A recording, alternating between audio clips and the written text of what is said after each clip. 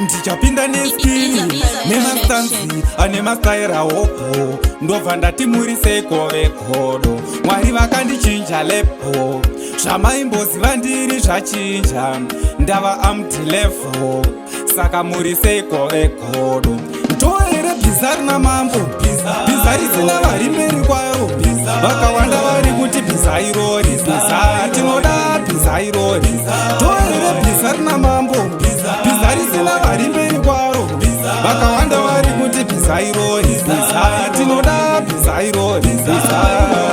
Tipesungura bhitikana achiti tivaratidze ukuru mustriti paritimu ndinogara unge siti kubata unge steering yefiti.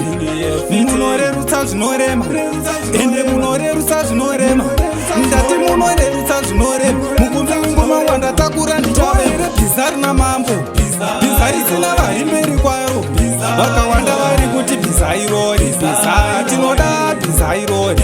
Tovere bhiza rina mambo bhiza risina vari mberi kwaro vakawanda vari kuti bhiza irori bhiza tinoda bhiza irori bhiza. Zvese zvezvatomira pamukano shiri dzese zvadzava kumusana kwangu dombo ucharikandembi wangu ndaisa vanondida mumapapiro angu. Nzombe iri kuuya nzombe nzombe iri kuuya nzombe ndakagadzirira kutora mukombe. Ndoere bhiza rina mambo bhiza risina vari mberi kwaro vakawanda vari kuti bhiza irori bhiza tinoda bhiza irori. Ndoere bhiza rina mambo bhiza risina vari mberi kwaro vakawanda vari kuti bhiza irori bhiza tinoda bhiza irori.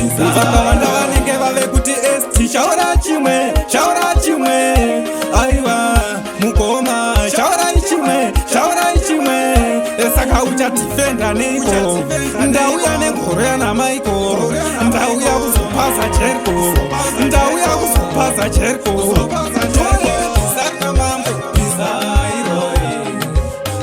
Vakawanda vari kuti bhiza irori tinoda bhiza irori bhiza risina vari mberi kwaro bhiza irori.